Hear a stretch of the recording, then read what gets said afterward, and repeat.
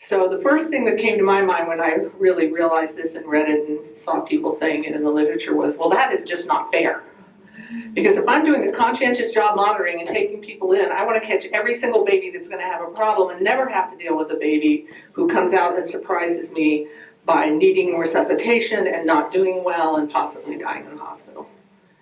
And some of those babies might have meconium aspiration that's led to this, but a lot of them actually have neurologic impairment that suppresses their damage to their respiratory centers.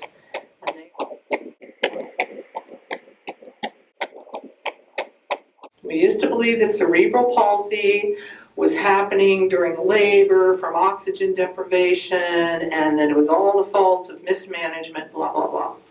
And then we realized that actually, and this is partly because cesarean was saving babies from those insults of pregnancy, babies were born still with cerebral palsy, even if they had planned cesareans, even if they had, So the one good thing that came out of the whole cesarean, don't do VBACs, do repeat scheduled C-sections, is this body of knowledge about babies that are spared the stresses of labor, putting spared in air quotes, right? Still having cerebral palsy, right? So clearly it wasn't happening in labor because they didn't have labor.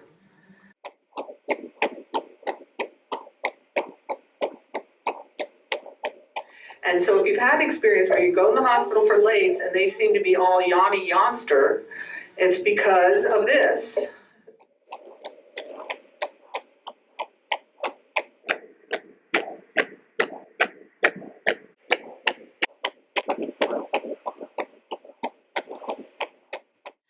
So most fetal heart tone patterns fall into category 2, right, that are bothersome, but some of them are 3s.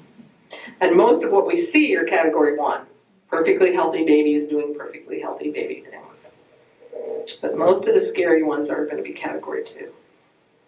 So what is the reassuring fetal heart pattern? I see this, it has a high predictability of a well-oxygenated fetus that is not going to have acidemia.